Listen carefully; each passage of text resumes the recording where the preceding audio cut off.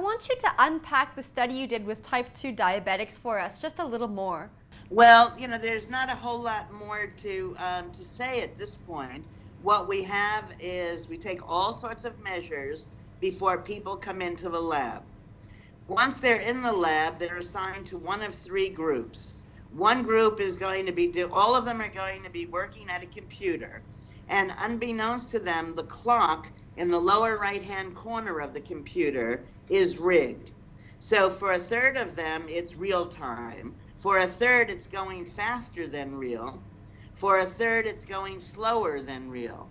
After they complete the test, we then test their blood sugar level. And what we find is their blood sugar level follows perceived time rather than real time.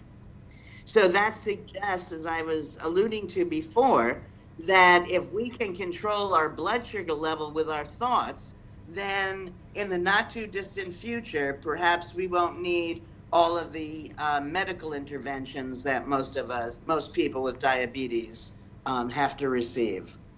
We have the same sort of study with slightly different, with MS, with arthritis, where in these studies, what we have is basically people attending to the variability in their symptoms, a code word for being mindful.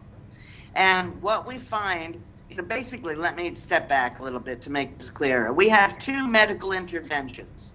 One is a version of the counterclockwise intervention, where we put your mind in a healthy place or put it in a place that's different from the current place, take our measurements. In the attention to variability studies, we simply have people noticing when their symptoms are greater, when they're less.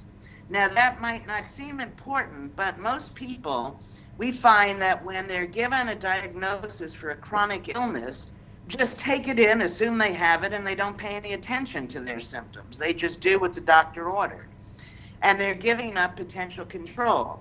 Nothing stays the same, so your symptoms are going to be better or worse. Sometimes they don't even exist anymore. And if you tune into that, and we have people doing this with diaries, for example, once you notice a change, it gives rise to the question, well, why is it less or more right now? Now, what happens then is that initiates a search for the answer to that, which is mindful, which all our previous data show is good for your health, and you very well may come up with a solution. If I find that, if I had asthma, and I find that, whenever I need the inhaler, I just take it. And that's the way it typically is for people. But once we make people more mindful and attending to the variability in their symptoms, they might notice that when they're on television in Cape Town, they don't need the inhaler. When they're on television in the United States, they need it. Well, then the solution would be very clear. Don't do television in the United States. Confine your appearances to Cape Town. You see, so once we notice, we have control. And what happens, and that's the key word to lots of this mindfulness work. When we're there, we can fix things. When we're there, we can improve. When we're there, we can take advantage of opportunities and figure out ways of being innovative. When we're not there, obviously, we're denied all of this. And this 40 years of research suggests, again, that too many of us are not there virtually all of the time. Now, when do we become mindless? Are we born mindless? I don't think we're born mindless. In fact, you see little kids and you'll find them taking a crate or a box and playing with that box and having a wonderful time. They don't need the fancy toys and so on. I think that schools and parents teach us all to be mindless.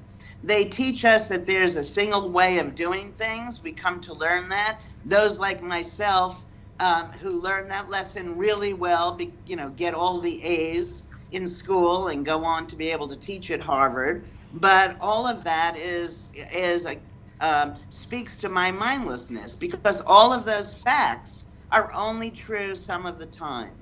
So, for example, I'm fond of saying, and I ask people, how much is 1 in 1? And everybody says 2. But it turns out 1 in 1 isn't always 2. If you were to add 1 watt of chewing gum to 1 watt of chewing gum, 1 plus 1 is 1. All right, so the point of that is that virtually everything we know is wrong. A way of understanding mindlessness is that we're frequently in error, but rarely in doubt. When we're in doubt, we pay attention. When there's doubt, we have choices. When there's doubt, we're there to take advantage of opportunities. When we're sure, there's no reason to pay attention.